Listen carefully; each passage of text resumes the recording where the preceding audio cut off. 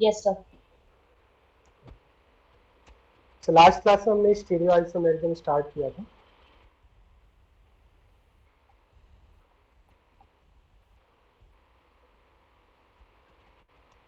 Stereo isomers. So basically stereo isomers में क्या होता है आपका, compounds having same molecular formula but different orientation in space. Isomers or compounds having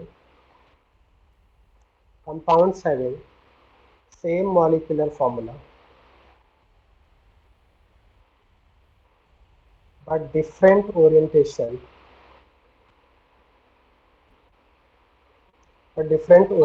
in space. Different orientation means angle आपका change हो सकता है। स्ट्रक्चरल आइसोमर में एंगल वगैरह चेंज नहीं हो रहा था, बात समझ में आ रहा है? क्या स्ट्रक्चरल आइसोमर में एंगल चेंज होता है?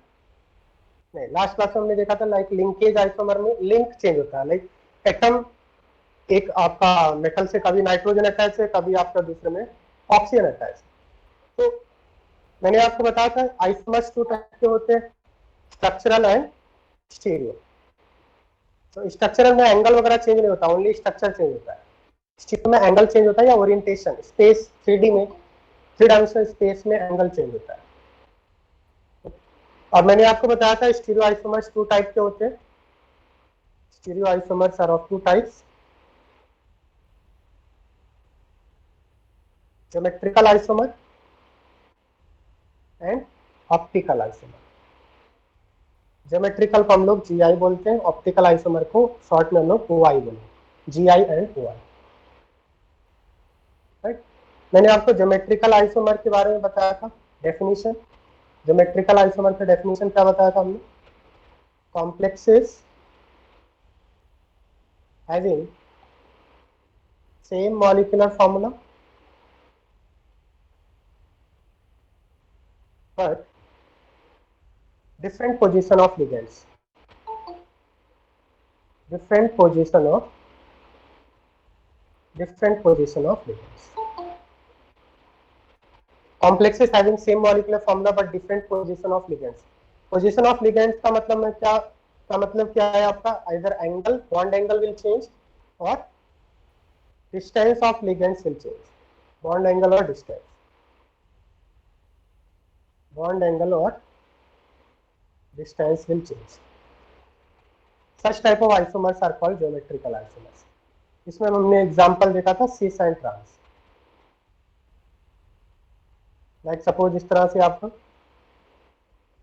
कोऑर्डिनेशन नंबर 4 के केस में AABB, सपोज आपका MA2B2 है, MA2B2 कोई कॉम्प्लेक्स आपका। सो MA2B2 के 2 पॉसिबिलिटी हो सकते हैं।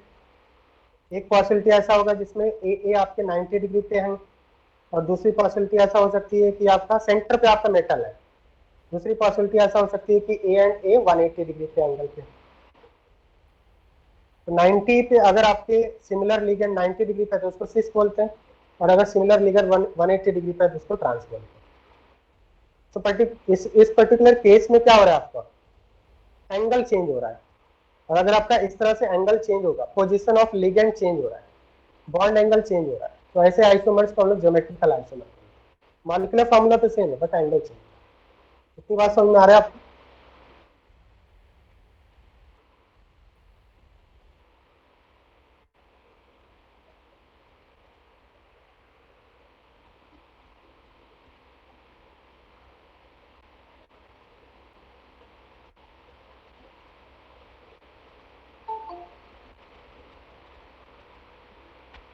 Next is optical isomer. Optical isomer में डेफिनेशन क्या है? Complexes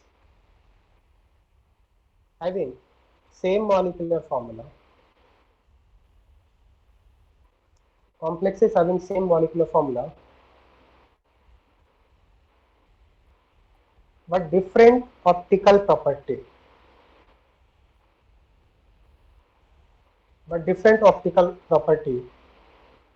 are called optical isomers. तो ज्योमेट्रिकल आइसोमर्स तो सभी को समझ में आ गया होगा, 11th क्लास में भी हमने ब्रीफ आइडिया दिया था। ऑप्टिकल आइसोमर क्या होते हैं? तो complexes having same molecular formula same होगा, ऑप्टिकल प्रॉपर्टी अलग है। अब ये ऑप्टिकल प्रॉपर्टी क्या है? तो ऑप्टिकल प्रॉपर्टी का मतलब क्या, हम लोग ब्रीफ इंट्रोडक्शन यहाँ पे मैं दूंगा, इसके बाद स्टीरियो आइसोमर नेक्स्ट चैप्टर है, उसमें हम लोग बहुत ही डिटेल में देखेंगे ऑप्टिकल आइसोमरिज्म क्या होता है, ऑप्टिकल प्रॉपर्टी क्या होता है। तो ऑप्टिकल प्रॉपर्टी के बारे में एक बार हम लोग डिस्कस कर लेते हैं। ऑप्टिकल प्रॉपर्टी और ऑप्टिकली एक्टिव सब्सटेंस क्या होती है, और ऑप्टिकल एक्टिविटी का। तो बेसिकली अगर हम ऑर्गेनिक कंपाउंड्स की बात करें, ऑर्गेनिक कंपाउंड्स 2 टाइप के होते हैं। उस कंपाउंड को हम लोग बोलते हैं ऑप्टिकली एक्टिव कंपाउंड बोलते हैं, and some compounds are called optically inactive. तो यहाँ पे हम लोग देखने वाले हैं कि ऑप्टिकली एक्टिव और ऑप्टिकली इनएक्टिव का मतलब क्या है, ठीक है। तो बेसिकली कोई भी ऑर्गेनिक कंपाउंड ऑप्टिकली एक्टिव होगा या ऑप्टिकली इनएक्टिव होगा, उसके लिए हमें एक एक्सपेरिमेंट करना होता है। किसी भी कंपाउंड को हम लोग देख के नहीं पता लगा सकते हैं, by seeing the organic compound we can not identify that whether it is optically active और इनएक्टिव। तो कोई भी कंपाउंड ऑप्टिकली एक्टिव है या इनएक्टिव है, इसके लिए हमें एक्सपेरिमेंट करना होता है, और उस एक्सपेरिमेंट को बोलते हैं पोलैरीमीटर एक्सपेरिमेंट।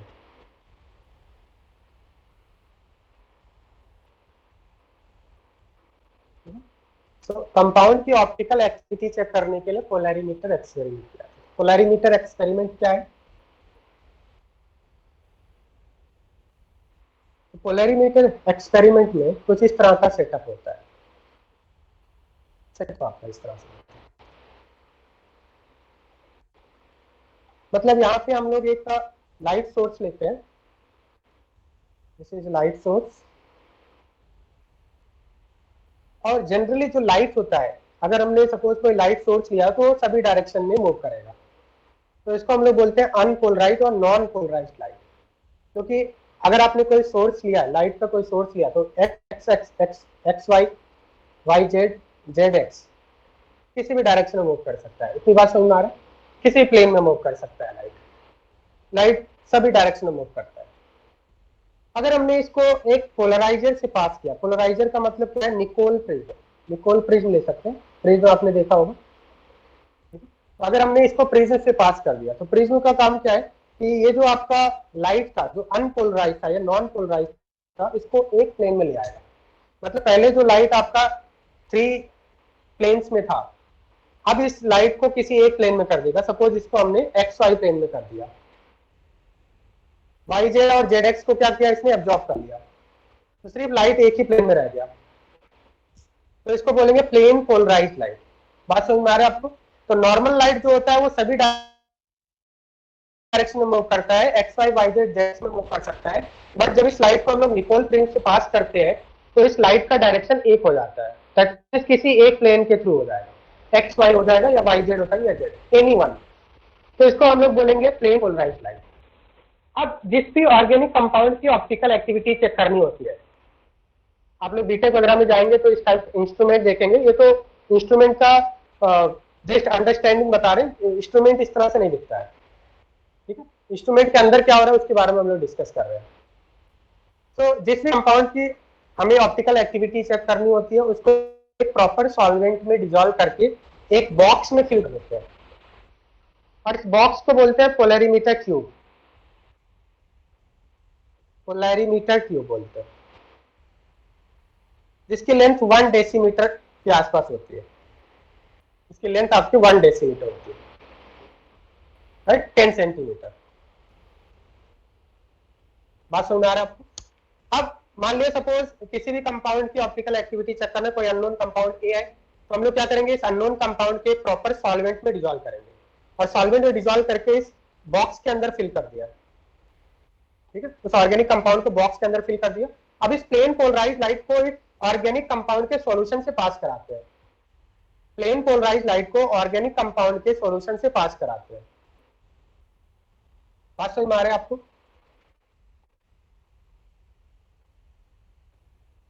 ना अगर ये आपका कंपाउंड रोटेट हो गया, अगर ये कंपाउंड रोटेट हो गया, लाइक पहले आपका इस तरह से था, इनिशियली आपका जो डायरेक्शन है इस तरह है, एक्स वाई में है आपका अगर ये रोटेट हो गया तो हम लोग इसको बोलेंगे ऑप्टिकली एक्टिव कंपाउंड बोलेंगे। अगर किसी एक पर्टिकुलर एंगल पे रोटेट हो गया मींस कंपाउंड को सॉल्यूशन से पास करने के बाद अगर वो रोटेट हो गया तो उसको ऑप्टिकली एक्टिव कंपाउंड बोलेंगे। अगर वो रोटेट नहीं हुआ तो ऑप्टिकली इनएक्टिव बोलेंगे। क्या इतनी बात समझ में आ रहा है? सर वो रिपीट करो ना। हाँ देखिए, अरमान आप वीडियो रिकॉर्ड कर रहे हैं क्या? बिकॉज बहुत सारे स्टूडेंट लेट में ज्वाइन किया है। हाँ, आजकल आप वीडियो लेक्चर शेयर नहीं करते, लिंक शेयर नहीं करते ग्रुप पे, ठीक है? तो बेसिकली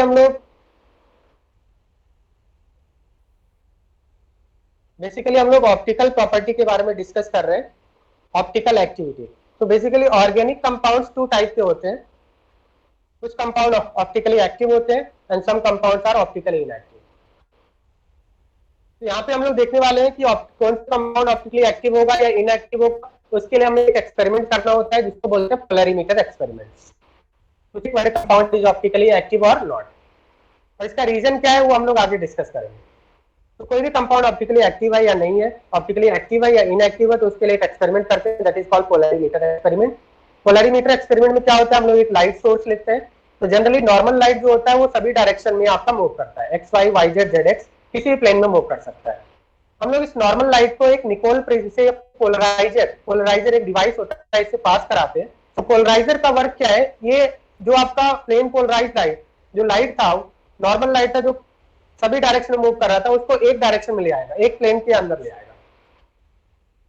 बात समझ में आ रहा है? तो पहले x y y z z x के अलॉन्ग मूव कर रहा था, अब ये एक्स वाई में आ जाएगा, किसी एक प्लेन में आ जाएगा, लाइट एक प्लेन में आ गया आपका। now, अब जिस भी कंपाउंड की ऑप्टिकल एक्टिविटी हमें चेक करनी है, सपोज कंपाउंड आपका था, हम लोग ऐसा मान लेते हैं लैक्टिक एसिड आपका कंपाउंड है, लैक्टिक एसिड की एक्टिविटी चेक करनी है कि वो ऑप्टिकली एक्टिव है या नहीं। तो लैक्टिक एसिड को क्या करेंगे हम लोग, इस एक प्रॉपर सॉल्वेंट में डिसॉल्व करके और इस पोलरिमीटर ट्यूब के अंदर फिल कर देंगे। पोलरिमीटर ट्यूब 1 डेसीमीटर का होता है, इसकी जो लेंथ होती है 1 डेसीमीटर होती है। नाउ इस प्लेन पोलराइज लाइट को इस पर्टिकुलर कंपाउंड के सॉल्यूशन से पास कराएंगे। अगर प्लेन पोलराइज लाइट रोटेट हो गया तो हम लोग इसको ऑप्टिकली एक्टिव बोलेंगे। अगर रोटेट नहीं हुआ, पास करने से, कंपाउंड से पास करने से अगर रोटेट नहीं हुआ तो हम लोग उसको ऑप्टिकली इनएक्टिव बोलेंगे। क्या इतनी बात समझ में आ रहा है आपको? Yes sir. हाँ बताइए।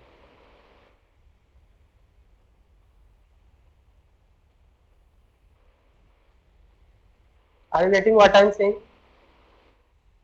Yes sir. हाँ, आप इस तरह से भी देख सकते थे, सेम डायग्राम को ऐसा देख सकते हैं। एक आपका अनपोलराइज लाइट है, पोलरीमीटर से पास किया, पोलराइज लाइट बन गया। अब जिस भी सब्सटेंस की ऑप्टिकल एक्टिविटी चेक करना है, उस सब्सटेंस से इस पोलराइज लाइट को पास कराएंगे। इनिशियली ये आपका सपोज एक्स वाई प्लेन में था, अगर इसका प्लेन चेंज नहीं हुआ, मतलब अभी भी एक्स वाई प्लेन में है लाइट, सी यहाँ पे, तो अगर आपका प्लेन चेंज नहीं हुआ, मींस जैसा आपका सब्सटेंस के पास कराने से पहले, सब्सटेंस से पास कराने से पहले जिस टाइप डायरेक्शन था, अगर वैसा ही डायरेक्शन था, तो इस टाइप के कंपाउंड को बोलेंगे ऑप्टिकली इनएक्टिव। अगर डायरेक्शन चेंज नहीं हुआ, फिर प्लेन पोलराइज लाइट का एंगल चेंज नहीं हुआ, तो उसको ऑप्टिकली इनएक्टिव बोलेंगे। जैसे यहाँ पे आप देख सकते हैं, जैसा आपका इनिशियली था पास करने से पहले, वैसा ही पास करने के बाद है, कोई भी चेंज नहीं आया एंगल, तो इसको ऑप्टिकली इनएक्टिव बोलेंगे। अगर एंगल चेंज हो गया और ये plane polarise light left side में रोटेट कर गया, लेफ्ट साइड में रोटेट कर गया, या राइट साइड में रोटेट कर गया, थोड़ा सा भी एंगल चेंज हो गया, लेफ्ट या राइट हो गया, तो इसको हम लोग ऑप्टिकली एक्टिव बोलेंगे। अब देखिए, अगर एंगल चेंज नहीं हुआ तो ऑप्टिकली इनएक्टिव, एंगल चेंज हो गया पास कराने से तो हम लोग बोलेंगे ऑप्टिकली एक्टिव। तो इसका मतलब एंगल में दो टाइप के पॉसिबिलिटी हो सकते हैं, हो सकता है लेफ्ट साइड में रोटेट कर जाए, हो सकता है राइट साइड में रोटेट कर जाए। अगर आपका कंपाउंड लेफ्ट साइड में रोटेट कर गया तो उसको लीवो रोटेटरी बोलते हैं, कंपाउंड को बोलते हैं लीवो रोटेटरी, इसको स्मॉल एल से रिप्रेजेंट करते हैं। और अगर कंपाउंड से पास कराने पे plane polarise light right side में रोटेट कर गया तो उसको डेक्स्ट्रो रोटेटरी बोलते हैं, जिसको स्मॉल डी से रिप्रेजेंट करते हैं। Optically active compound, optically active compound 2 type के होते हैं, डेक्स्ट्रो रोटेटरी, सेकंड है आपका लीवो रोटेटरी। डेक्स्ट्रो रोटेटरी को स्मॉल डी से रिप्रेजेंट करते हैं और प्लस से रिप्रेजेंट करते हैं, लीवो रोटेटरी को एल से रिप्रेजेंट करते हैं और माइनस से रिप्रेजेंट करते हैं। क्या इतनी बात समझ में आ रहा है? तो अगर प्लेन पोलराइज लाइट किसी भी ऑर्गेनिक कंपाउंड से पास कराने के बाद रोटेट हो गया, इसका एंगल चेंज हो गया, तो ऑप्टिकली एक्टिव बोलेंगे। एंगल चेंज नहीं हुआ तो ऑप्टिकली इनएक्टिव बोलेंगे। अगर plane polarise light left side में रोटेट कर गया, देखिए यहाँ पे इस तरह से था, लेफ्ट साइड में रोटेट कर गया, इस तरह से हो गया, बात समझ में आ रहा है आपको? लेफ्ट साइड में रोटेट कर गया, ऐसा हो गया, तो इसको लिवो रोटेटरी बोलेंगे। अगर राइट साइड में रोटेट हो गया, इस तरह से हो गया, तो डेक्स्ट्रो रोटेटरी बोलेंगे। दैट मीन्स यहाँ पे थीटा क्या है? थीटा नेगेटिव है, नेगेटिव मीन्स लेफ्ट साइड, और यहाँ पे थीटा क्या है? पॉजिटिव है। और यहाँ पे थीटा क्या? ऑप्टिकली इनएक्टिव के लिए थीटा क्या है बताइए? ऑप्टिकली इनएक्टिव के लिए थीटा कितना है? 0 है। तो क्या आपको समझ में आ रहा है? थोड़ा सा आइडिया मिल रहा है प्लेन आपका ऑप्टिकली एक्टिव कंपाउंड्स क्या होते हैं? समझ में आ रहे हैं सभी स्टूडेंट्स को? अगर प्लेन पोलराइज लाइट कंपाउंड के सॉल्यूशन से पास कराने के बाद रोटेट कर गया तो ऑप्टिकली एक्टिव बोलेंगे, रोटेट नहीं हुआ तो ऑप्टिकली इनएक्टिव। नाउ क्या हम लोग किसी कंपाउंड को देख के just by seeing the compound can we say that whether it is dextro rotatory और लिवो रोटेटरी? ऐसा क्वेश्चन कभी नहीं पूछा जाता है। किसी कंपाउंड को अगर डेक्स्ट्रो रोटेटरी या लिवो रोटेटरी पहचानना है, उसको आइडेंटिफाई करना है, उसके लिए हमें एक्सपेरिमेंट करना पड़ता है। Which compound is dextro rotatory, which compound is livo? It is completely experimental data. We cannot say which compound is dextro rotatory, which compound is livo rotating just by seeing the compound. Okay. Now optical activity का reason क्या है कि optically active compound plane polarise light को rotate क्यों कर देते हैं? इसका रीजन ये है अनसिमेट्री। और जो ऐसे कंपाउंड जो अनसिमेट्रिकल होते हैं, रीजन फॉर ऑप्टिकल एक्टिविटी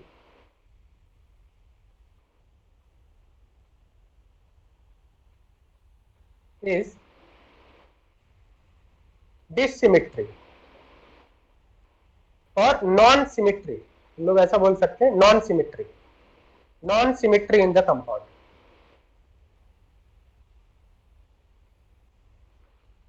तो हमें कैसे पता चलेगा कोई कंपाउंड ऑप्टिकल एक्टिव है या नहीं? उसके लिए हम लोग ऐसा करते हैं कि ऑप्टिकली एक्टिव कंपाउंड, या फिर हम लोग इस तरह से लिख सकते हैं, अगर किसी कंपाउंड में प्लेन ऑफ सिमेट्री और सेंटर ऑफ सिमेट्री है तो उसको हम लोग ऑप्टिकली इनएक्टिव बोलेंगे। ऐसे कंपाउंड को हम लोग ऑप्टिकली इनएक्टिव बोलेंगे। और अगर किसी कंपाउंड में no plane of symmetry, plane of symmetry नहीं है, नो सेंटर ऑफ सिमेट्री, तो ऐसे कंपाउंड को ऑप्टिकली एक्टिव बोलते हैं। ऐसे कंपाउंड ऑप्टिकली एक्टिव होते हैं। मतलब सिमेट्री होने की वजह से वो कंपाउंड क्या होता है? ऑप्टिकली इनएक्टिव होता है। अगर किसी कंपाउंड में सिमेट्री है तो सिमेट्री होने से क्या होता है कि जितना आपका लेफ्ट साइड में एक पोर्शन रोटेट किया उतना ही पोर्शन राइट साइड में रोटेट कर दिया, तो ऑप्टिकली इनएक्टिव हो जाता है। ठीक है। अगर कोई कंपाउंड परफेक्टली सिमेट्रिकल है तो इस कंपाउंड में कोई भी एंगल रोटेट नहीं कर पाता, ऑप्टिकली इनएक्टिव हो जाता है। तो बता रहा हूं मैं, वेट, हाँ, प्लेन ऑफ सिमेट्री बता रहा हूं। ठीक है। अगर किसी कंपाउंड में सिमेट्री नहीं है, कोई भी टाइप की सिमेट्री नहीं है, सिमेट्री होने से क्या होता है कि जितना portion, suppose half portion left side में रोटेट कर दिया, हाफ पोर्शन राइट साइड में रोटेट कर, तो ओवरऑल एंगल 0 हो जाता है। और अगर किसी कंपाउंड में सिमेट्री नहीं है तो ही वो प्लेन पोलराइज लाइट को रोटेट कर सकता है। राइट। अब प्लेन ऑफ सिमेट्री और सेंटर ऑफ सिमेट्री का मतलब क्या होता है? तो सी POS और प्लेन ऑफ सिमेट्री। सपोज एक हम लोग कॉम्प्लेक्स ले लेते हैं सिस्प्लैटिन, या फिर हम लोग इस तरह से कॉम्प्लेक्स ले लेते हैं, एक ऑक्टाहेड्रल कॉम्प्लेक्स ले लेते हैं।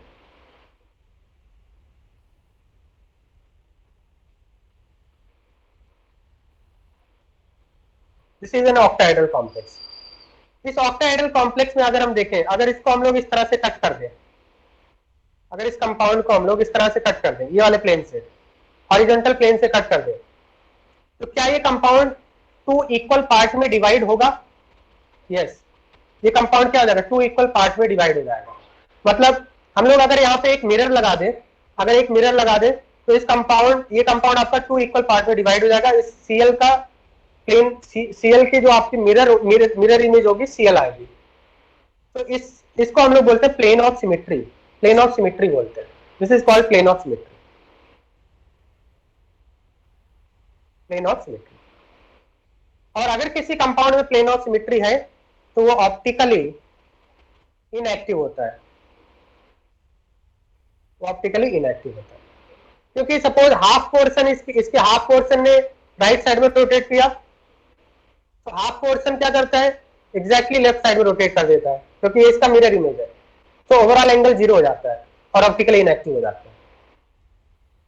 ना एक और एग्जांपल लेते हैं हम लोग। सपोज हमने इस तरह से कर दिया,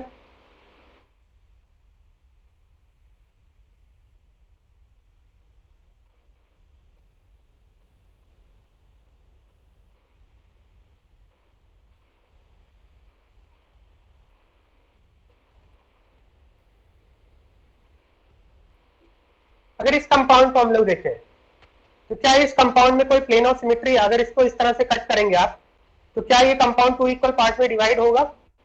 नहीं होगा। तो इसका मतलब इस कंपाउंड में कोई भी प्लेन ऑफ सिमेट्री नहीं है, नो प्लेन ऑफ सिमेट्री। इस कंपाउंड में प्लेन ऑफ सिमेट्री नहीं है। और अगर किसी कंपाउंड में प्लेन ऑफ सिमेट्री नहीं है तो वो कंपाउंड ऑप्टिकली एक्टिव होता है। वो कंपाउंड क्या होगा? ऑप्टिकली एक्टिव होगा। ऑप्टिकली एक्टिव का मतलब क्या है कि अगर उस सब्सटेंस के सॉल्यूशन से हम लोग प्लेन पोलराइज लाइट को पास कराएंगे तो plane polarise light either left side में रोटेट कर जाएगा या फिर राइट साइड में रोटेट कर जाएगा, उसका एंगल चेंज हो जाएगा। बात समझ में आ रहा है? और अगर प्लेन ऑफ सिमेट्री मिल गया तो कंपाउंड ऑप्टिकली इनएक्टिव हो जाता है। प्लेन ऑफ सिमेट्री है तो optically inactive, plane of symmetry नहीं है तो ऑप्टिकली एक्टिव होगा। क्या इतनी बात समझ में आ रहा है आपको?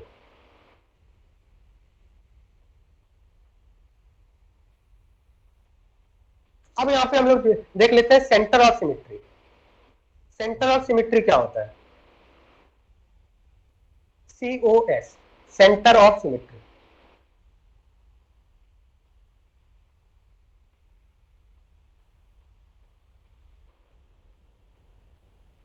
सेंटर ऑफ सिमेट्री एक ऐसा पॉइंट होता है, सपोज हम लोग एक एग्जांपल ले लेते हैं, इस टाइप का एग्जांपल लेते हैं HCOH।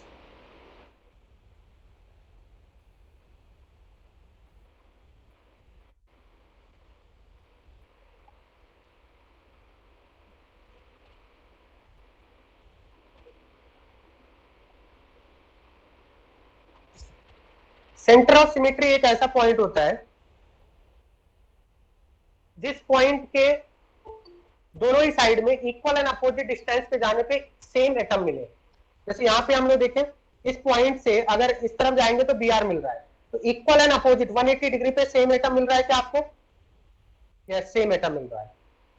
यहाँ पे देखिए, इधर Cl नीचे जा रहा है आपका और यहाँ पे Cl ऊपर मिल रहा है, मतलब ये आपके ऊपर नीचे है। ये समझ में आ रहा होगा आपको? ये आपका स्क्वायर है और स्क्वायर के ऊपर नीचे एटम लगे हुए हैं। यहाँ पे नीचे जाने पे Cl मिल रहा है, ऊपर जाने पे भी इक्वल एंड अपोजिट डिस्टेंस पे सेम एटम मिल रहा है। इस पॉइंट से इधर जाने पे हाइड्रोजन मिल रहा है, ऊपर जाने पे इक्वल एंड अपोजिट डिस्टेंस पे सेम एटम मिल रहा है। इधर जाने पे COH मिल रहा है और नीचे जाने पे भी COH मिल रहा है। तो ऐसे पॉइंट को हम लोग बोलते हैं सेंटर ऑफ सिमेट्री बोलते हैं। ऐसे पॉइंट को हम लोग क्या बोलते हैं? सेंटर ऑफ सिमेट्री बोलते हैं, जिसको इन शॉर्ट COS से रिप्रेजेंट करते हैं। क्या इतनी बात समझ में आ रहा है? और अगर किसी कंपाउंड में सेंटर ऑफ सिमेट्री है तो ऐसे कंपाउंड को हम लोग बोलते हैं ऑप्टिकली इनएक्टिव। ऑप्टिकली इनएक्टिव बोलते हैं, मतलब ये प्लेन पोलराइज लाइट को रोटेट नहीं कर पाएगा because of its symmetry. Symmetry होने से हाफ पोर्शन लेफ्ट साइड में रोटेट करता है तो हाफ पोर्शन राइट साइड में रोटेट करता है, ओवरऑल एंगल 0 हो जाता है, ऑप्टिकली इनएक्टिव हो जाएगा। अगर इसमें से हमने किसी भी एक एटम को चेंज कर दिया होता, मान लो यहाँ पे Cl की जगह I लगा दिया होता, तो इसमें सेंटर ऑफ सिमेट्री नहीं होता। हम लोग बोलते हैं सेंटर ऑफ सिमेट्री नहीं है, क्योंकि यहाँ पे Cl मिल रहा है और इक्वल एंड अपोजिट डिस्टेंस पे जाने पे I मिल रहा है। ये ऊपर नीचे है, आपको समझ में आ रहा है? You can visualise in 3D, this is a 3D compound. Is it clear? तो कोई भी कंपाउंड ऑप्टिकली एक्टिव कब माना जाएगा? अगर उस कंपाउंड के अंदर प्लेन ऑफ सिमेट्री नहीं है, no plane of symmetry, no centre of symmetry, तो ही हम लोग उस कंपाउंड को ऑप्टिकली एक्टिव मानेंगे, ऑप्टिकली एक्टिव बोलेंगे। दोनों ही कंडीशन होने चाहिए, प्लेन ऑफ सिमेट्री भी नहीं होना चाहिए और सेंटर ऑफ सिमेट्री भी नहीं होना चाहिए। उस कंपाउंड के अंदर किसी भी टाइप की सिमेट्री नहीं होनी चाहिए, तो ही वो ऑप्टिकली एक्टिव बोला जाएगा, तो ही वो प्लेन पोलराइज्ड लाइट को रोटेट कर सकता है। अगर किसी भी टाइप की सिमेट्री आ गई तो प्लेन पोलराइज्ड लाइट को रोटेट नहीं कर पाएगा। क्या इतनी बात समझ में आ रहा है? Yes sir.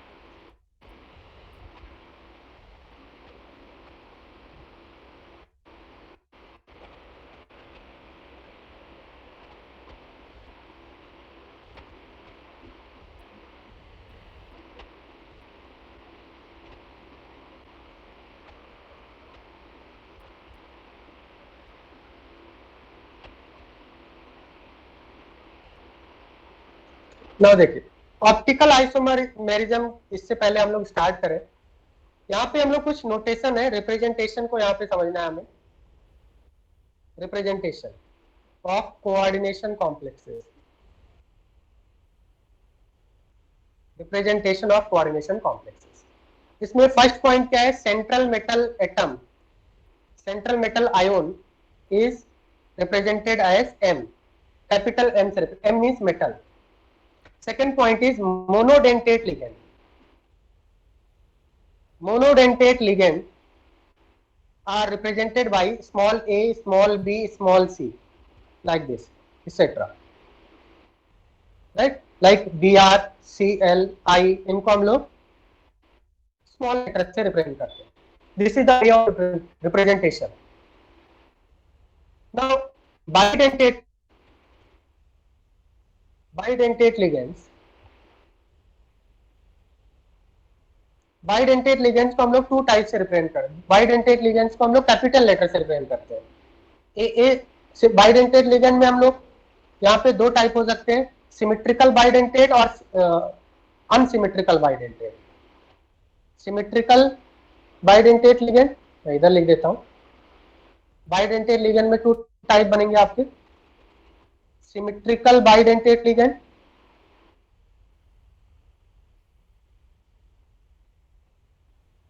And unsymmetrical bidentate ligand. ये रिप्रेजेंटेशन का तरीका है, ठीक है, जो साइंटिस्ट लोगों ने बोला है और हम लोग को भी ऐसा ही फॉलो करना है। सिमेट्रिकल बाइडेंटेट लिगेंड को हम लोग ए कैपिटल से रिप्रेजेंट करेंगे, और अगर सिमेट्रिकल है तो दोनों लेटर सेम होंगे, ए और be like this.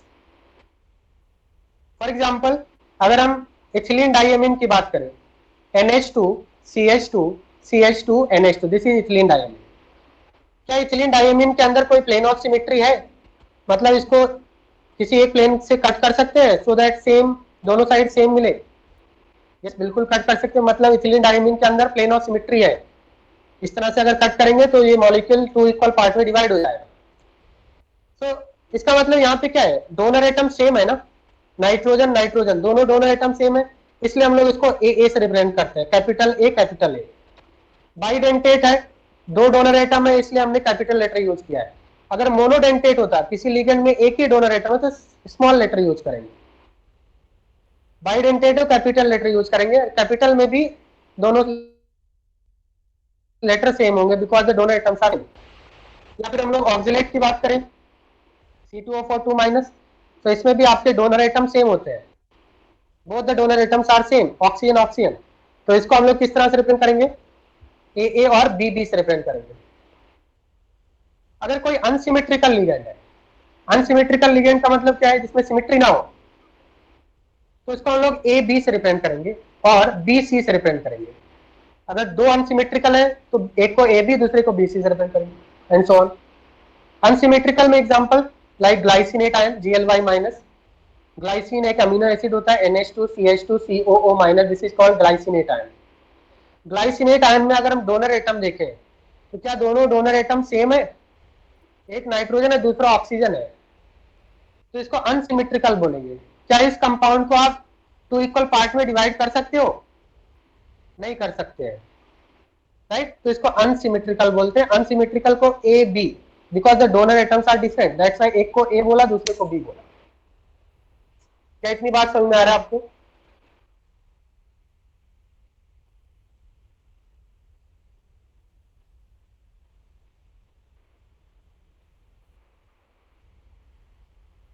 Central metal atom को M से रिप्रेजेंट करेंगे। Monodentate ligand ABC, small a small b small c से रिप्रेजेंट करेंगे। बाइडेंटेट लिगेंड को कैपिटल A से रिप्रेजेंट करेंगे। अगर सिमेट्रिकल है दोनों लेटर सेम होंगे, अनसिमेट्रिकल है तो लेटर डिफरेंट यूज करना है। फॉर एग्जाम्पल एक हम लोग इसमें एग्जाम्पल ले लेते हैं। सपोज आपका कंपाउंड है ZnBrCnGly,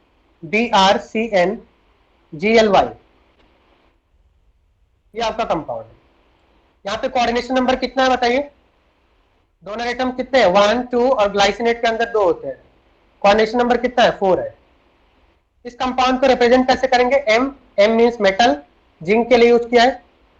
यहाँ पे Br और Cn मोनोडेंटेट है, तो इसको हम लोग लिखेंगे A। अब Br के लिए A यूज किया तो Cn के लिए B यूज करेंगे, ठीक है, AB। देन ग्लाइसिनेट, ग्लाइसिनेट एक आपका किस टाइप का लिगेंड है? बाइडेंटेट लिगेंड है और अनसिमेट्रिकल है, तो हम लोग AB यूज कर सकते हैं या BC यूज कर सकते हैं। Capital letter for bidentate, small letter for monodentate. तो इस कॉम्प्लेक्स को हम लोग इस तरह से रिप्रेजेंट करेंगे। क्या इतनी बात समझ में आ रहा है आपको? मोनोडेंटेट के लिए स्मॉल लेटर, बाइडेंटेट के लिए कैपिटल लेटर। क्लियर? सर कौन से स्मॉल लेटर यूज कर सकते हैं? कोई भी स्मॉल लेटर यूज कर सकते हो आप। बट अगर सपोज मान लिया आपके 4 लिगेंड्स हैं, एक के लिए ए यूज किया तो दूसरे के लिए बी यूज करेंगे। अगर सपोज फोर लिगेंड्स होते हैं और all are monodentate, BrCnI and suppose आपका Cl है, तो ABCD ऐसा यूज करते हैं अगर 4 मोनोडेंटेट होते तो। बात समझ में आ रहा है?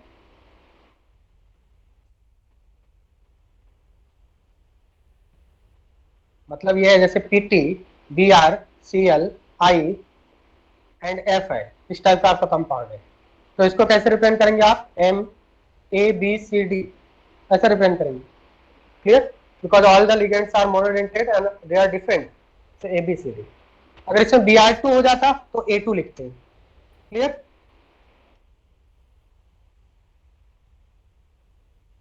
Yes sir. ना अब हम लोग यहाँ पे देखते हैं कोऑर्डिनेशन नंबर 2। स्टार्ट करते हैं स्टीरियोआइसोमेरिज्म काउंट करना स्टार्ट करते हैं। स्टीरियोआइसोमेरिज्म काउंट करना स्टार्ट करते हैं। सबसे पहले हम लोग लेते हैं कोऑर्डिनेशन नंबर 2। कोऑर्डिनेशन नंबर अगर 2 है, दैट मींस मेटल के सराउंडिंग में 2 लिगेंड्स हैं, तो ज्योमेट्री कैसी मिलेगी आपको? लीनियर ज्योमेट्री ही मिलेगी। तो एक आपका मेटल है और सपोज आपका एक लिगेंड ए है दूसरा लिगेंड बी है, 2 मोनोडेंटेट लिगेंड्स। अब यहाँ पे मुझे बताइए क्या यहाँ पे ज्योमेट्रिकल आइसोमर पॉसिबल है? एक बार ज्योमेट्रिकल आइसोमर देखेंगे, एक बार ऑप्टिकल आइसोमर देखेंगे। क्या कोऑर्डिनेशन नंबर 2 में ज्योमेट्रिकल आइसोमर पॉसिबल है? मतलब अगर हमने इसको ए को इधर ले आया और बी को इधर कर दिया तो क्या एंगल चेंज हो जाएगा? एंगल तो 180 रहेगा। ज्योमेट्रिकल आइसोमर कब बनते हैं? जब 6 ट्रांस बने, मतलब एक आपका 90 हो जाए दूसरा 180 हो जाए, इस टाइप का। मतलब हमने लिगेंड्स की पोजीशन चेंज करने से अगर एंगल चेंज हो जाए, अगर लिगेंड्स की पोजीशन चेंज करने से एंगल चेंज हो जाए तो हम लोग उसको बोलते हैं ज्योमेट्रिकल आइसोमर। क्या कोऑर्डिनेशन नंबर 2 में दैट मींस लीनियर ज्योमेट्री है, लीनियर ज्योमेट्री में आपको एंगल चेंज कर सकते हैं आप? इस बी को इधर ले जाए, ए को इधर ले आए, तो क्या एंगल चेंज होगा? बताइए, नहीं होगा ना। तो इसका मतलब क्या लीनियर ज्योमेट्री कोऑर्डिनेशन नंबर 2 में GI पॉसिबल है? No, GI is not possible. Now optical isomer, क्या इसमें ऑप्टिकल आइसोमर बनेगा? इस कंपाउंड में प्लेन ऑफ सिमेट्री है या नहीं? इस कंपाउंड को ऐसे कट कर दो आप, लीनियर को तो कट कर सकते हो ना, एक ऐसा प्लेन, कोई ऐसा प्लेन मिल सकता है ना, जैसा ऐसा कट कर दो आप, जिस प्लेन के लॉन्ग मॉलिक्यूल है, प्लेन ऑफ सिमेट्री है, प्लेन ऑफ सिमेट्री है, तो इसको क्या बोलेंगे, ऑप्टिकली इनएक्टिव।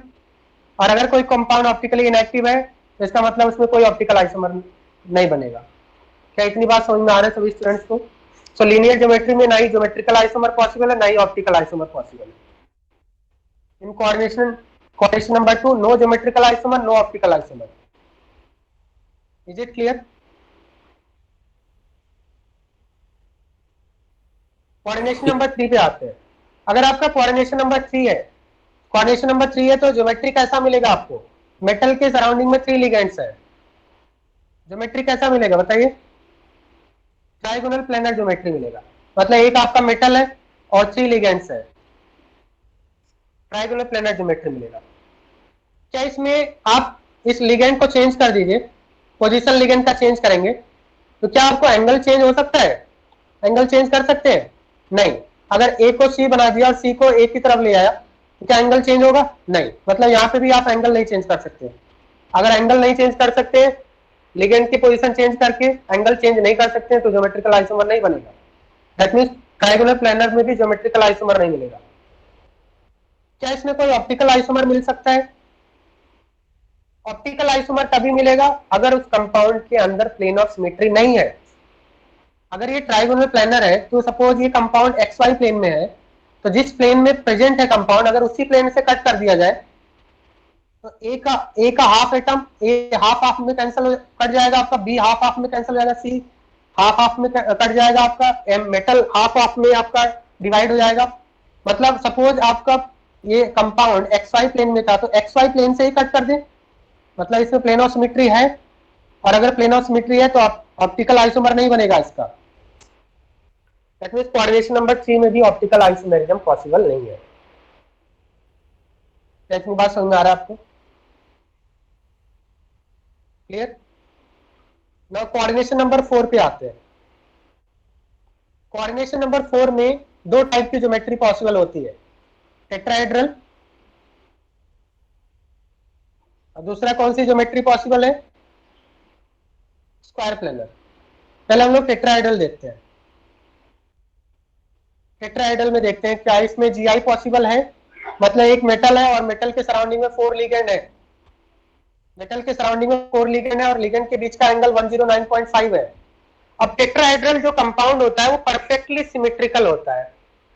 अगर हम किसी टेट्राहेड्रोन को देखें तो यहाँ पे आपको अगर इस तरह से पेपर पे देखें तो ये एंगल ज्यादा दिख रहा होगा, ये एंगल कम दिख रहा होगा। बट क्या ऐसा होता है?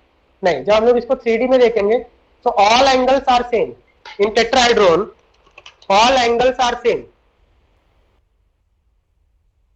इन tetrahedron, all angles are same. तो क्या बताइए इसमें ज्योमेट्रिकल आइसोमेरिज्म पॉसिबल है? टेट्राहेड्रल कॉम्प्लेक्सेस में ज्योमेट्रिकल आइसोमेरिज्म पॉसिबल है? देखो इधर, क्या आपको वीडियो दिखाई दे रहा है? आपको वीडियो दिखाई दे रहा है सभी स्टूडेंट्स को? हाँ सर। दिस इज मेटल और मेटल के सराउंडिंग में 4 लिगेंड्स है, राइट? अब यहाँ पे एंगल बताइए, यहाँ पे एंगल कितना है? 109.5। रेड एंड ग्रीन के बीच में 109.5 एंड ग्रीन एंड येलो के बीच में भी एंगल 109.5 है, ग्रीन एंड व्हाइट के बीच में भी एंगल 109.5। कोई भी एंगल आप देखिए। Hello angle sir. कितना है? हाँ बताइए सर आपका जो पीडीएफ है उसका ही दिख रहा है, तो आप कुछ दिखा देगा दूसरा। आप उस पर क्लिक करो, वीडियो है, वीडियो पे आप क्लिक कीजिए, वहां पे पिन करने का ऑप्शन आता है ना, वीडियो पे पिन करने का ऑप्शन आता है ना। हाँ सर दिखा। ठीक है, हाँ ठीक है।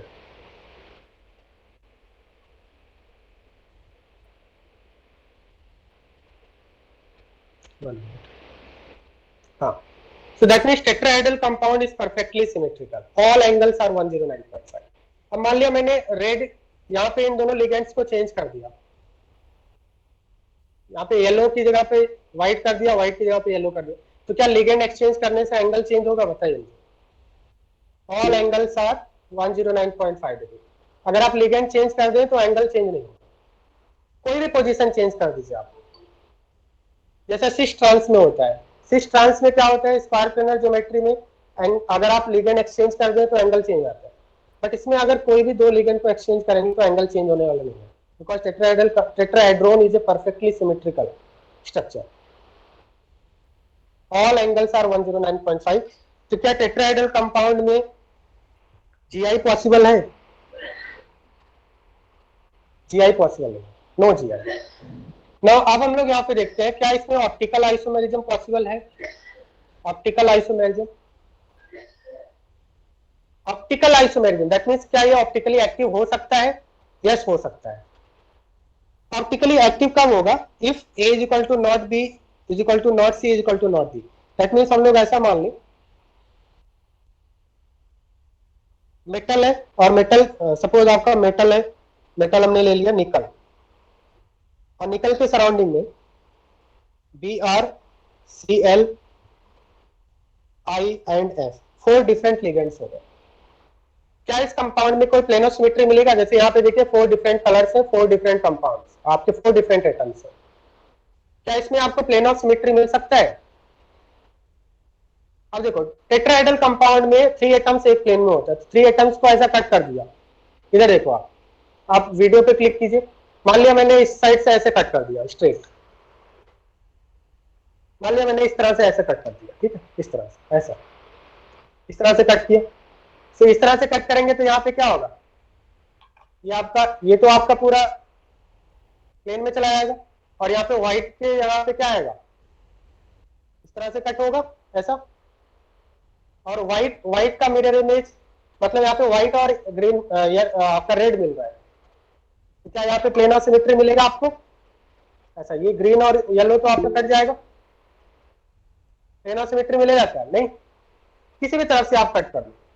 यहां से अगर सपोज मान लिया टेट्राहेड्रल कंपाउंड में 3 एटम एक प्लेन में होते हैं, अगर इस तरह से आपने कट किया, सपोज इस तरह से कट किया आपने, ऐसा कट किया है कि व्हाइट और ग्रीन एक प्लेन में आ गए, ऐसा कट किया हमने टेट्राहेड्रल में 3 आपके एटम एक प्लेन में, तो इस तरह से कट किया, तो यहाँ पे येलो और इधर रेड है, तो इसका मतलब प्लेन ऑफ सिमेट्री नहीं मिलेगा, मतलब इसमें नो प्लेन ऑफ सिमेट्री।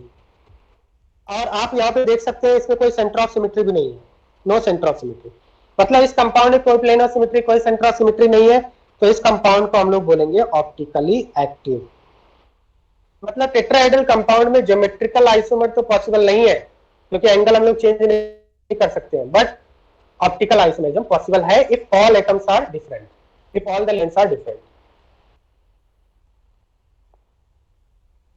हाँ बिल्कुल बिल्कुल, उसी पे आ रहा हूं, ठीक है, हैव पेशेंस। अगर सभी लिगेंड डिफरेंट है तो कोई plane of symmetry, centre of symmetry नहीं होगा, ऑप्टिकली एक्टिव होगा। और अगर ये कंपाउंड ऑप्टिकली एक्टिव हुआ, इसका मतलब इसके 2 फॉर्म्स हो गए, एक डी होगा दूसरा एल होगा, मतलब ये नेचर में 2 फॉर्म्स में एग्जिस्ट करेगा, एक डी होगा और एक एल होगा, एक डेक्स्ट्रोरोटेटरी होगा दूसरा लिबोरोटेटरी होगा। डेक्स्ट्रोरोटेटरी उसको बोलते हैं जिसका पेन थीटा पॉजिटिव है, जिसने पेन पोलराइज्ड लाइट को राइट साइड में रोटेट किया। लिबोरोटेटरी उसको बोलते हैं जिसने पेन पोलराइज्ड लाइट को लेफ्ट साइड में रोटेट किया है। मतलब अगर कोई ऑप्टिकली एक्टिव कंपाउंड है, अगर किसी कंपाउंड में plane of symmetry, centre of symmetry नहीं है, तो कंपाउंड नेचर में 2 फॉर्म्स में एग्जिस्ट करता है, डेक्स्ट्रोरोटेटरी, दूसरे को लिबोरोटेटरी बोलते हैं। डेक्स्ट्रोरोटेटरी वो होता है जो प्लेन पोलराइज्ड लाइट को राइट साइड में रोटेट करता है, जिसका थीटा पॉजिटिव होता है। लिबोरोटेटरी वो होता है जो प्लेन पोलराइज्ड लाइट को लेफ्ट साइड में रोटेट करता है। मेमोराइज करने के लिए एल फॉर लेफ्ट, जो लेफ्ट साइड में रोटेट कर रहा है प्लेन पोलराइज्ड लाइट को, उसको लिबोरोटेटरी बोलते हैं, और दूसरे वाले को डेक्स्ट्रोरोटेटरी बोलते हैं। क्या इतनी बात समझ में आ रहा है?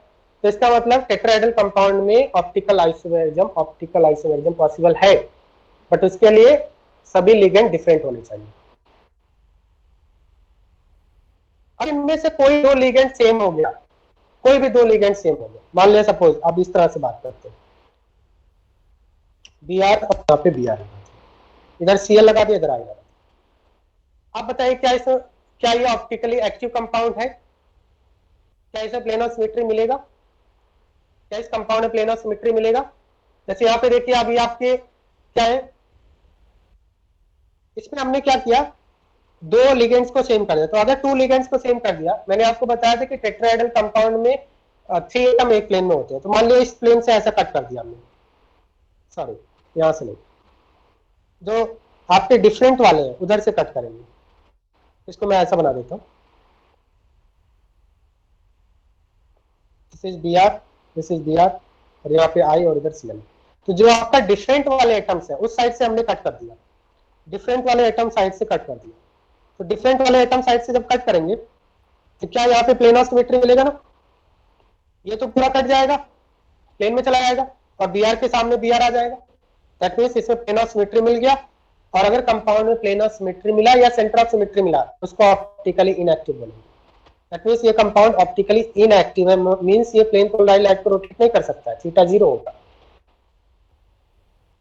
देखो यहाँ पे ये आपका अभी क्या है, सभी लिगेंड्स डिफरेंट है तो प्लेन ऑफ सिमेट्री नहीं है। मैंने किसी एक लिगेंड को अगर चेंज कर दूं, मान लिया मैंने यहाँ पे येलो की जगह पे या फिर व्हाइट की जगह पे मैंने इसको निकाल के सेम लिगेंड कर दिया, यहाँ पे सेम लिगेंड कर दिया। अब देखिए इधर,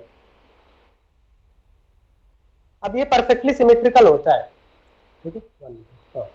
अब देखिए क्या इसमें प्लेन ऑफ सिमेट्री मिलेगा, कैसे प्लेन ऑफ सिमेट्री मिलेगा, कैसे कट करेंगे आप, इस तरह से ऐसे कट कर दीजिए, ऐसे कट कर दीजिए आप। बात समझ में आ रही है? इस तरह से अगर आप कट करेंगे तो ये येलो और ग्रीन तो आपका प्लेन में चला जाएगा, येलो एंड ग्रीन तो प्लेन में चला गया, यहाँ पे रेड के सामने रेड आ गया। बात समझ में आ रहा है? प्लेन ऑफ सिमेट्री मिलेगा या नहीं? ऐसा प्लेन ऑफ सिमेट्री मिलेगा ना, इस तरह से ऐसा कट कर दिया सीधा इस तरह से। Okay, that means tetrahedral compound में, टेट्राहेड्रल कंपाउंड में अगर कोई भी दो लिगेंड सेम है, कोई भी दो लिगेंड सेम है तो इसे प्लेन ऑफ सिमेट्री मिलेगा। If any two ligands are same plane of symmetry will exist, और अगर प्लेन ऑफ सिमेट्री आ गया तो कंपाउंड ऑप्टिकली इनएक्टिव हो जाएगा, मींस वो प्लेन पोलराइज्ड लाइट को रोटेट नहीं कर पाएगा। Okay, clear? सपोज मान लिया अब इसी कंपाउंड को अगर इस तरह से लिखा हुआ है, बताइए इस कंपाउंड प्लेन ऑफ सिमेट्री है, प्लेन ऑफ सिमेट्री है, तो इस तरह से बना दिया तो स्टूडेंट्स कंफ्यूज हो जाते हैं। इसमें भी है प्लेन ऑफ सिमेट्री, इसी चीज को हमने रोटेट कर दिया। ये पहले इस तरह से था, अगर इस तरह से है तो कौन सा प्लेन कट करोगे बताइए? मान लीजिए इसी कंपाउंड को हमने इस तरह से बताया, यहाँ पे प्लेन ऑफ सिमेट्री किधर से मिलेगा आपको? इस तरह से कट करेंगे, ऐसा इस तरह से कट करेंगे, सो दैट यहाँ पे ग्रीन और येलो क्या हो जाए, एक ही प्लेन में आ जाए। और यहाँ पे इस तरह से कट होगा, रेड के सामने रेड आएगा, रेड के सामने रेड आएगा। बात समझ में आ रहा है? ग्रीन येलो तो आपका चला जाएगा। बात समझ में आ रहा है? तो यहाँ पे कौन सा प्लेन आप कट करेंगे, कौन से प्लेन के थ्रू कट करेंगे? ये वाला प्लेन लेंगे जिसमें सीएल और बीआर आ जाएगा, और सामने यहाँ पे इस तरह से कट होगा प्लेन, बीआर के सामने बीआर आएगा। दैट मींस टेट्राहेड्रल कंपाउंड में, टेट्राहेड्रल कॉम्प्लेक्सेस में if any two positions are same, if any two positions are same plane of symmetry exist करेगा, और अगर प्लेन ऑफ सिमेट्री आ गया तो कंपाउंड ऑप्टिकली इनएक्टिव होगा। किसी भी टाइप की सिमेट्री है तो इनएक्टिव होगा, मींस वो प्लेन पोलराइज्ड लाइट को रोटेट नहीं कर पाएगा। बात समझ में आ रहा है आपको? सपोज मान लिया मैंने इस तरह से कर दिया, N I B R B R B R I. अब बताइए ऑप्टिकली एक्टिव होगा? टेट्राहेड्रल कॉम्प्लेक्स है, ऑप्टिकली एक्टिव है या इनएक्टिव है? जल्दी से बताइए, ऑप्टिकली इनएक्टिव है, एक्टिव है? ये भी ऑप्टिकली इनएक्टिव है, ऑप्टिकली इनएक्टिव है। ऑप्टिकली इनएक्टिव मींस ये प्लेन पोलराइज्ड लाइट को रोटेट नहीं कर पाएगा, थीटा 0 है। कौन सा प्लेन लेंगे आप? इस वाले प्लेन के थ्रू कट कर दीजिए आप इस तरह से, यहाँ पे बी आर के सामने बी आर आ जाएगा। देखिए यहाँ पे अगर एक और सिमेट्रिकल कर दिया, अगर एक और रेड कर दिया मैंने, तो 2 में तो आपका प्लेन ऑफ सिमेट्री मिल गया, तो 3 में तो 3 में भी मिल जाएगा। आई होप आपको समझ में आ रहा होगा, 3 में भी मिल जाएगा, राइट? और अगर सभी सेम हो गए तो, अगर सभी सेम हो गए तो भी प्लेन ऑफ सिमेट्री मिलेगा, और तो भी यह क्या हो जाएगा आपका optically inactive. That means tetrahedral complexes में if any two ligands are same because of plane of symmetry that will be optically inactive. तो tetrahedral complexes optically active कब होंगे? Optically active कब होंगे? If all the ligands are different. सभी ligand different है तो plane of symmetry नहीं मिलेगा, center of symmetry नहीं मिलेगा, इसलिए कोई भी टाइप की सिमेट्री नहीं मिलेगा, तो प्लेन पोलराइज्ड लाइट को रोटेट कर देगा, ऑप्टिकली एक्टिव बोला जाएगा। क्या इतनी बात समझ में आ रहा है आपको?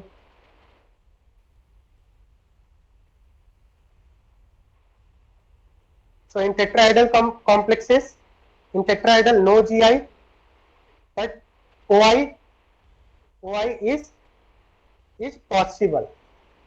OI is possible, not always possible. कब possible होगा? If all ligands are different. Clear है?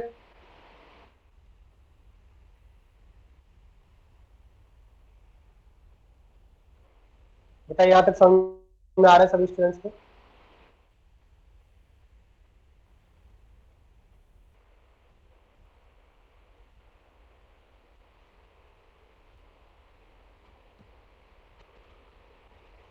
नाउ अब हम लोग कोऑर्डिनेशन नंबर 4 में एक और टाइप का आपका ज्योमेट्री पॉसिबल है, स्क्वायर प्लेनर ज्योमेट्री पॉसिबल है।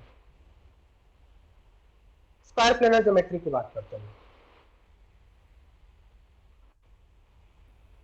स्क्वायर प्लेनर का मतलब ये मेटल है आपका और 4 different ligands, suppose A B C D. इसको हम लोग थोड़ा सा इजी कर देते हैं, एक आपका एग्जांपल ले लेते हैं, PTCl, ठीक है, ऐसा ही रखते हैं, metal A B C D, this is square planar. Square planar complex में क्या होता है? All the ligands are in the same plane, means एक ही प्लेन में सभी लिगेंड्स आ रहे हैं। सपोज ये XY प्लेन में स्क्वायर प्लेन में, क्या यहाँ पे आप किसी दो लिगेंड को चेंज करके एंगल चेंज कर सकते हैं? यहाँ पे ऐसा मान लेता हूं मैं, 2 लिगेंड्स आर सेम, तो आपके लिए इजी होगा, राइट? 2 ligand same. अब यहाँ पे अगर एक ही पोजीशन इधर कर दिया, एक ही पोजीशन यहाँ पे कर दिया, तो एंगल चेंज हो जाएगा। एंगल चेंज हो जाएगा, राइट? इन दोनों को हमने एक्सचेंज कर दिया, तो एंगल चेंज हो जाएगा। अब यहाँ पे देखिए, पहले एंगल कितना था? ए एंड ए के बीच में 90 था, अभी एंगल हो गया 180। तो इसका मतलब एंगल चेंज हो रहा है, लिगेंड की पोजीशन चेंज करने से एंगल चेंज हो रहा है। That means square planar complexes में GI is possible, GI possible. Tetrahedral में GI क्यों नहीं पॉसिबल था? क्योंकि वहां पे एंगल चेंज नहीं हो रहा था, ऑल द एंगल्स आर 109.5, सभी एंगल 109.5 थे, इसलिए वहां पे GI पॉसिबल नहीं था टेट्राहेड्रल में, right? This is also 109.5, this is also 109.5, this is also 109.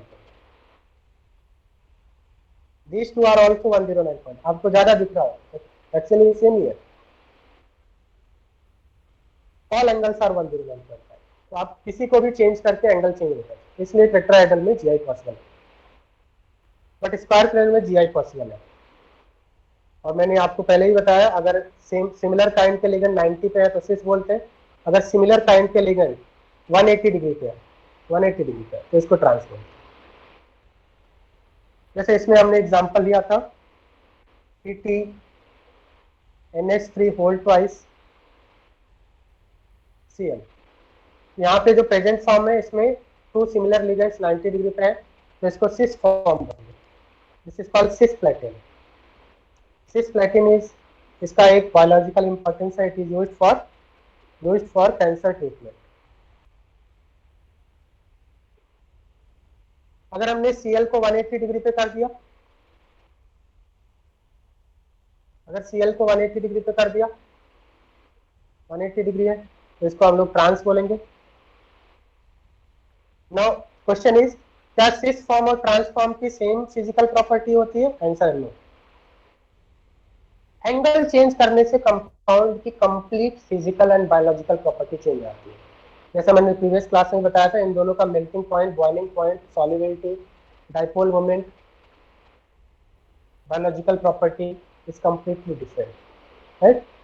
Trans वाले का कोई भी मेडिकल यूज नहीं, तो that means square planar complexes में GI पॉसिबल है। नाउ अब हम लोग बात करते हैं, क्या इसमें ऑप्टिकल आइसोमेरिज्म पॉसिबल है स्क्वायर प्लेनर कॉम्प्लेक्सेस में? Is optical isomerism possible in square planar complexes? अगर ये स्क्वायर प्लेनर कॉम्प्लेक्स है, suppose all ligands are different, suppose X Y plane में molecule is in X Y plane. तो जिस plane के अंदर मॉलिक्यूल है, अगर उसी प्लेन से हम लोग इसको कट कर दें, तो इसका मतलब ए जो एटम है उसका हाफ ऑफ पार्ट कट जाएगा, बी के हाफ ऑफ पार्ट कैंसिल हो जाएंगे, ऊपर नीचे आ जाएंगे। इसका मतलब क्या होगा, इस कंपाउंड के अंदर प्लेन ऑफ सिमेट्री है। और वो प्लेन ऑफ सिमेट्री कौन सा है, मॉलिक्यूलर प्लेन एक्स वाई। अगर एक्स वाई से कट कर दे तो ये कंपाउंड क्या हो जाएगा, इसमें आपका प्लेन ऑफ सिमेट्री मिलेगा। That means POS is present. और अगर इस कंपाउंड में प्लेन ऑफ सिमेट्री है, that means it is optically inactive. Optically inactive means यहाँ पे ये पोलराइज लाइट को रोटेट नहीं कर पाएगा। That means square planet complexes do not show optical isomerism, क्योंकि ऑप्टिकल आइसोमेरिज्म होने के लिए प्लेन ऑफ सिमेट्री नहीं होना चाहिए। इसमें तो प्लेन ऑफ सिमेट्री आ रहा है, प्लेन ऑफ सिमेट्री आ गया तो ये आपका ऑप्टिकल आइसोमेरिज्म शो नहीं करेगा। तो इतनी बात समझ में आ रहा है सभी स्टूडेंट्स को।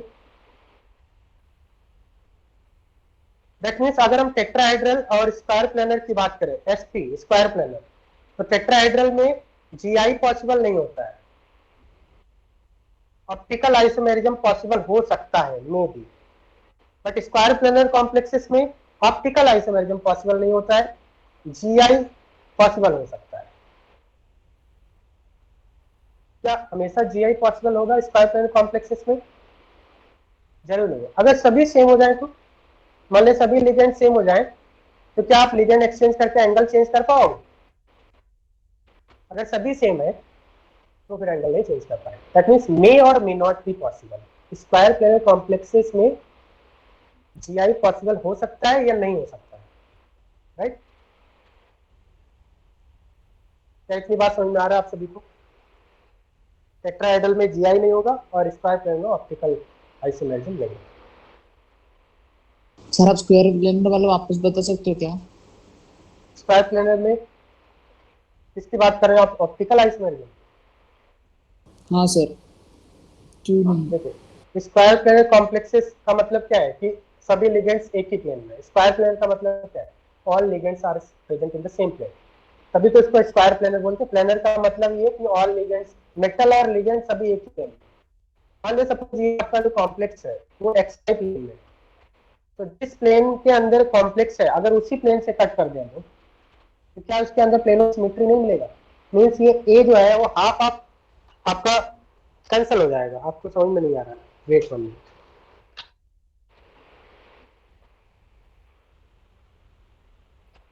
देखो मैं वीडियो ऑन कर रहा हूँ, वीडियो दिखाई दे रहा है आपको? देखो ये एक स्क्वायर प्लैनर कॉम्प्लेक्स है, क्लियर? वीडियो दिखाई दे रहा है? ये एक स्क्वायर प्लैनर कॉम्प्लेक्स है, all ligands are in the same plane, clear? अब इसको मैंने ऐसे कट कर दिया, इसको हमने इस तरह से कट कर दिया। सपोज मान लीजिए एक्स वाई प्लेन है, अगर इसी से हमने कट कर दिया तो ये एटम हाफ हाफ पार्ट में डिवाइड हो जाएगा, हाफ हाफ। तो क्या इसे प्लेन ऑफ सिमेट्री नहीं मिलेगा? हाफ पार्ट उस साइड में गया, हाफ पार्ट इस साइड में गया, मतलब ऐसे हमने कट कर दिया, इसी तरह से कट कर दिया ऐसे। तो मॉलिक्यूल क्या हो जाएगा, हाफ हाफ पार्ट में डिवाइड हो जाएगा, तो प्लेन ऑफ सिमेट्री मिलेगा या नहीं, बताइए? जिस प्लेन में मॉलिक्यूल है उसी प्लेन से कट कर दिया हमने। समझ में आ रहा है बात? इसका मतलब इसमें प्लेन ऑफ सिमेट्री है, और अगर प्लेन ऑफ सिमेट्री है तो इसमें कोई भी ऑप्टिकल आइसोमेरिज्म नहीं मिलेगा, क्लियर?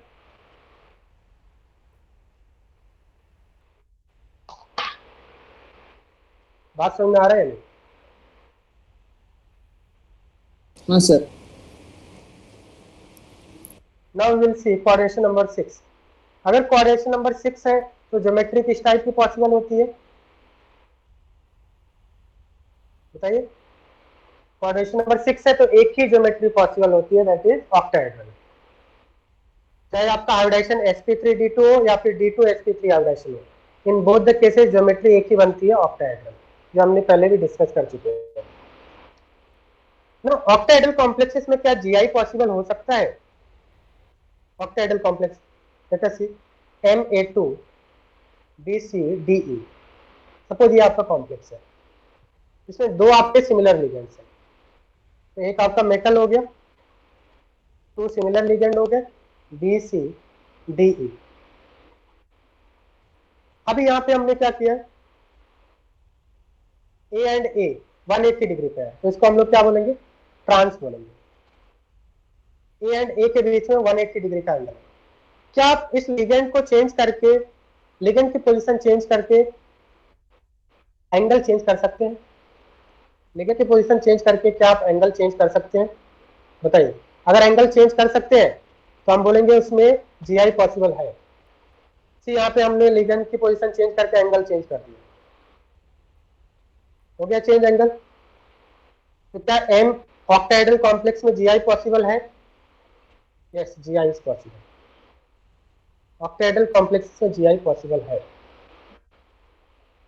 अगर ए एंड ए 180 डिग्री पे एग्जैक्टली अपोजिट है तो इसको ट्रांस बोलेंगे, और 90 डिग्री पे तो सिस बोलेंगे। बात समझ में आ रहा है? ऑक्टाहेड्रल कॉम्प्लेक्सेस में जीआई पॉसिबल है, सिस ट्रांस बन सकता है। अब हम लोग ऑप्टिकल आइसोमेरिज्म देखते हैं। वो आई optical isomerism in octahedral complexes.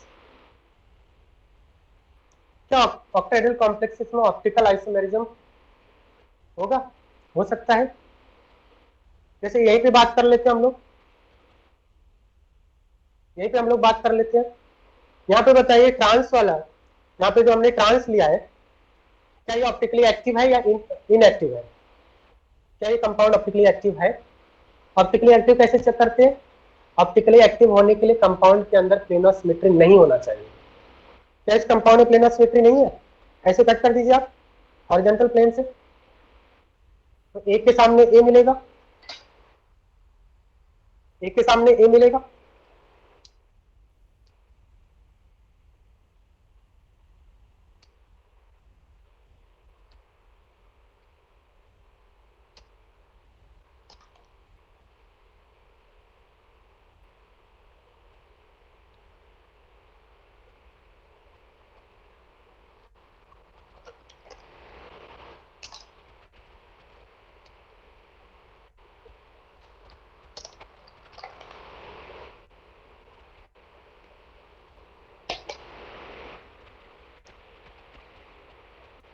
So that means octahedral complexes में सिस एंड ट्रांस दो टाइप के पॉसिबिलिटी है। इधर देखिए आपको वीडियो दिखाई दे रहा है, सभी स्टूडेंट्स को वीडियो दिखाई दे रहा है।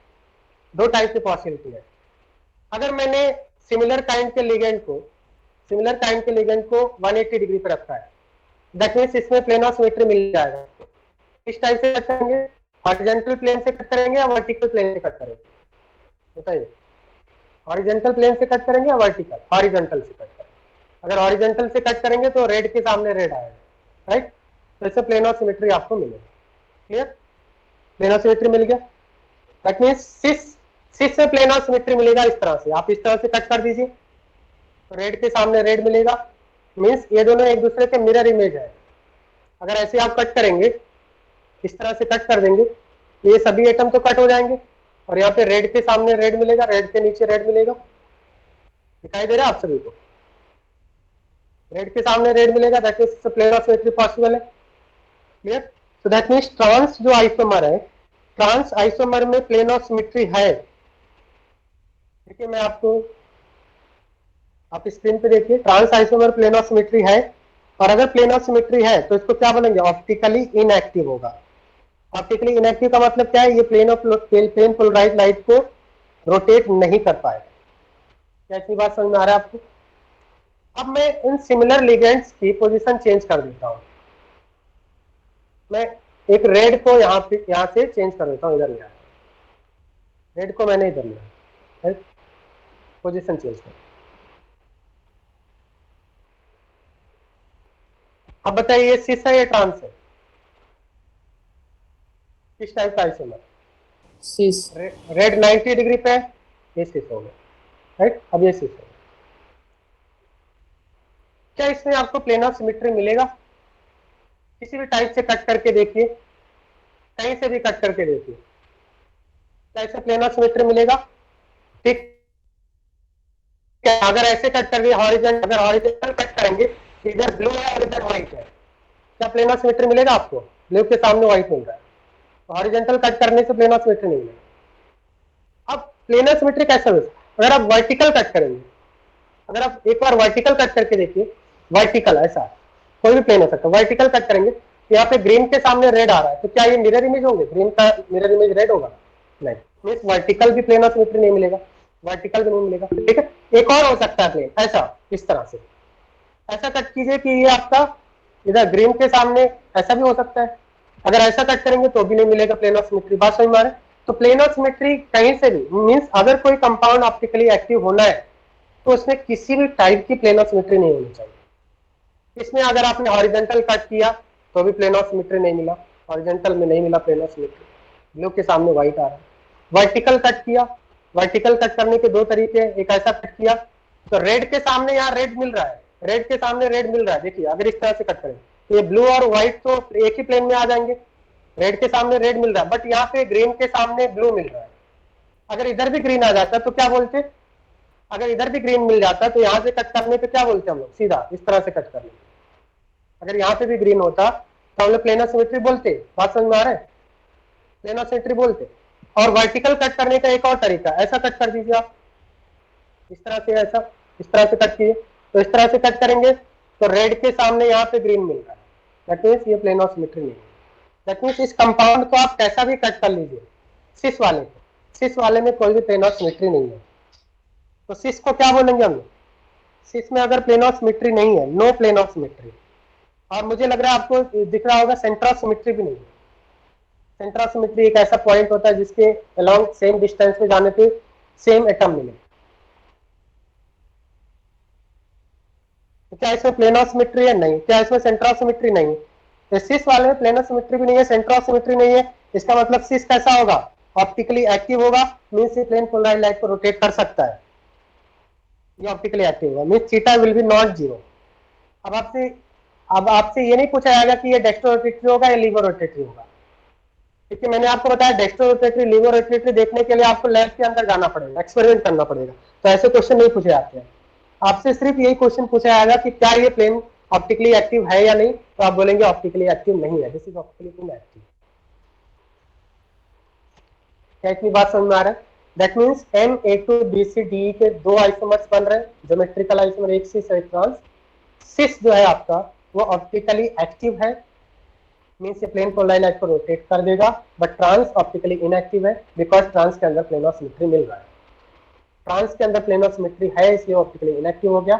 सिस के अंदर कोई प्लेन ऑफ सिमेट्री नहीं है, कोई भी सिमेट्री एलिमेंट प्रेजेंट नहीं है, किसी भी टाइप की सिमेट्री नहीं है, इसलिए ट्रांस क्या हो गया? सिस आपका कैसा हो गया? ऑप्टिकली एक्टिव हो गया।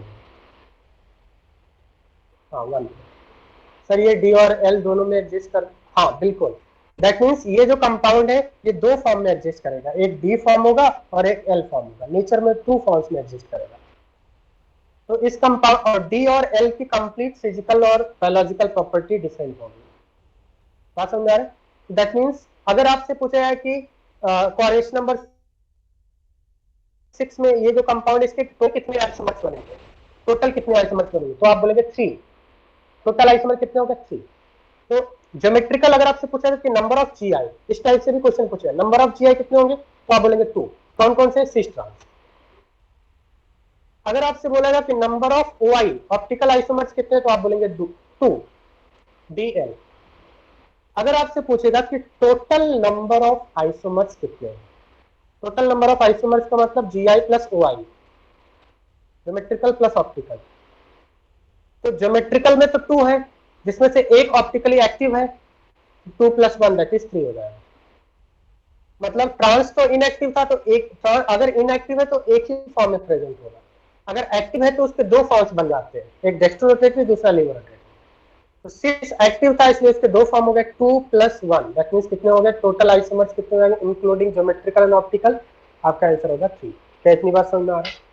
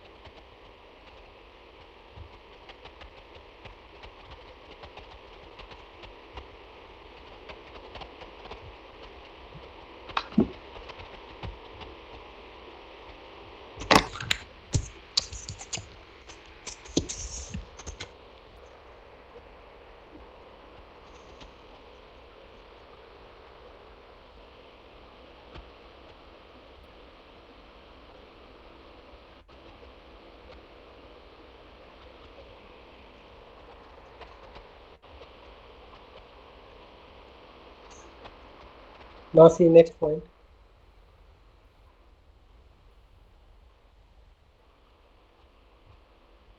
क्या आपका कोई क्लास है 7:30 पे? यस सर, कॉलेज का है। College lecture? हाँ सर। ओके। कौन से बैच में है? सर विरार पीवी में।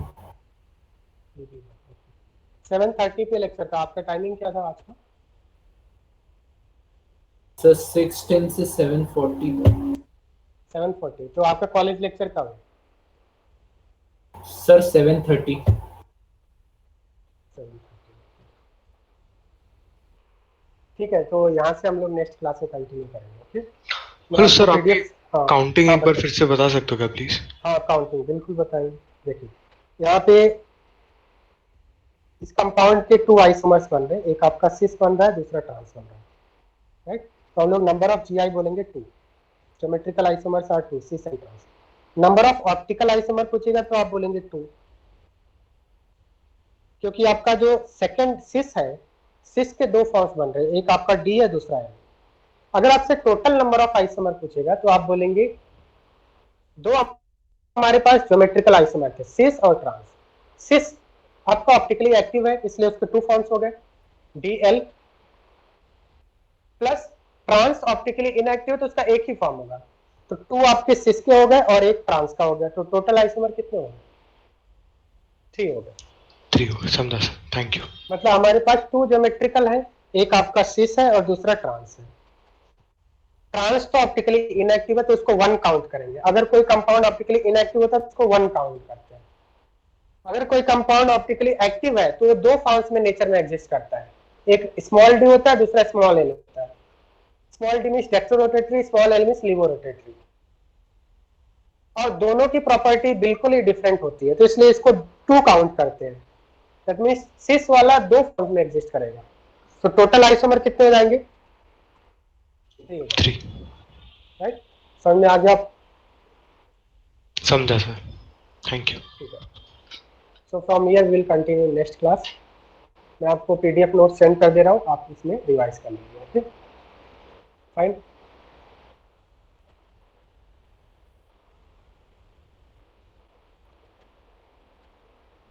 That's all for today. See you in the next class. Goodbye. Bye sir, thank you sir.